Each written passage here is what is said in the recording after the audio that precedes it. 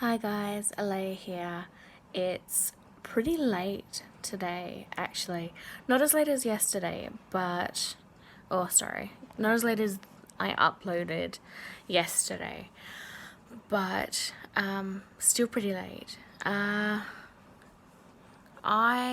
am up to day 9 of the 31 days of Witchcraft challenge, and for the first time in like maybe a week, I am going to be uploading this the day it's actually supposed to be uploaded, which is I'm happy about. Getting back on track. Today's question for 31 Days of Witchcraft Challenge is, how do you use witchcraft in your day-to-day life? And the question that I tagged with it from the what kind of witch are you tag is number 17. Is witchcraft an everyday thing, or is it only for special occasions? Personally, it's an everyday situation for me. Maybe not every single day, but most days.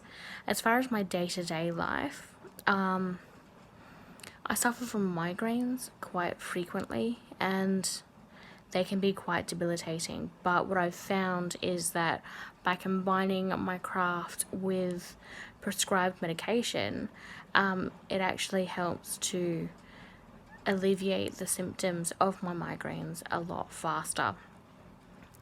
I have tried it without, like, after discovering this thing that I do, that it still takes hours for the medication to take effect on the days that I don't practice as well as taking the medication. So yeah, what I've found is that doing my craft when I've got my medication is very relaxing, and it helps to release some of the tension so that the medication can take effect faster, instead of the medication having to battle against all of the inflammation all at once. And that's what makes it take so long. I think so anyway. At least that's the way I feel it working for me. As far as other things are concerned in my day-to-day life, scrying, I tend to do that most days. Scrying and doing spells just in the car on my way to something, whether it be to get a green light, or just to make my journey a bit swifter if I'm running late, which helps, because I've noticed that the days that I don't, I tend to get lots of red lights, and then on the days that I do, I get lots of green lights and people going the speed limit rather than slowing down quite a lot.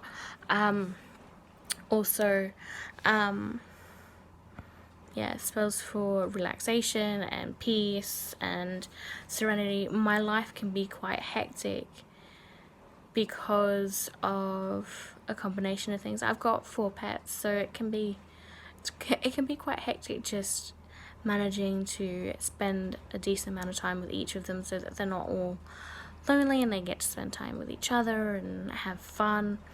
But also, I've mentioned before that my son's got autism, and he has a lot of difficulties, and especially when his life isn't stable, which this year everything was thrown out of whack with school and routine. It all just sort of went haywire and all over the place. So he's not coping, he hasn't been coping very well with that, which is understandable. I mean, it's been hard for the rest of us to cope with COVID, and then to be dealing with autism on top of that.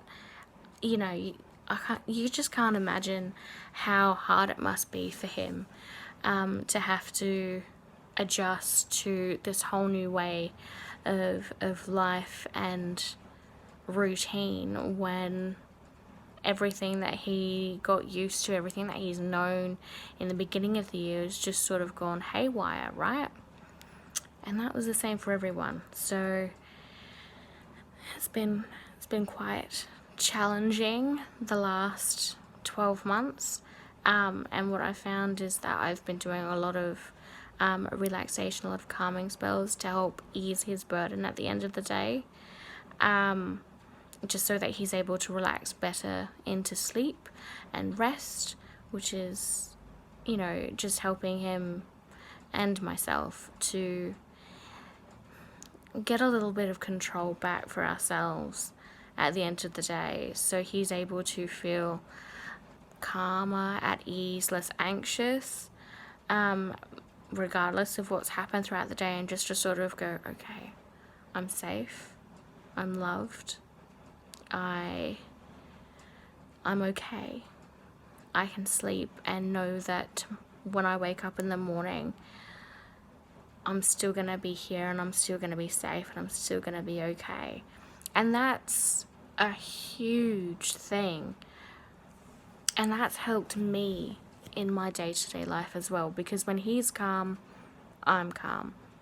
And when he and the animals are all calm, we are on air, which is usually at the end of the day. And we just all want to be able to relax and get some sleep and just really ease into the rest of the night. And yeah. So that's my day-to-day life, and that's how I use my craft in my day-to-day life, and it's something that I don't think I'd ever be able to do without.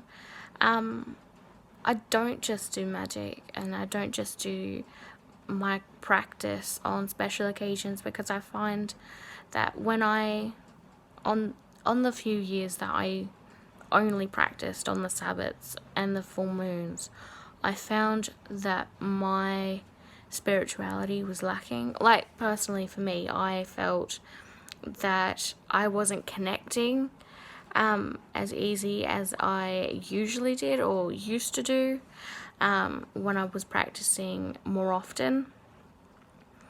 It's one of the reasons why I set up my personal altar at home and keep it out all the time, because it's there and I'm able to practice. It reminds me that I'm able to practice whenever I want to, rather than, you know, just getting the stuff out for the Sabbats and for the full moon and going, okay, I'm gonna practice today, and yeah, I just feel a lot calmer, a lot happier when I practice more often. So that's just how my life works for me. And I want to know, how do you guys practice? Do you practice daily, or how do you use your craft in your day-to-day life, if you do? If you don't, and you only practice on special occasions, whether it be full moons or the Sabbats or whatever reason, how does that work for you? Or are you interested in wanting to start something daily, or learning more stuff? Let me know in the comments below, because I'd love to talk to you guys a bit more about it, and maybe do a video on this stuff a bit later on down the track. Yeah, I think that's about it for today. So I will see you all happily tomorrow. Bye.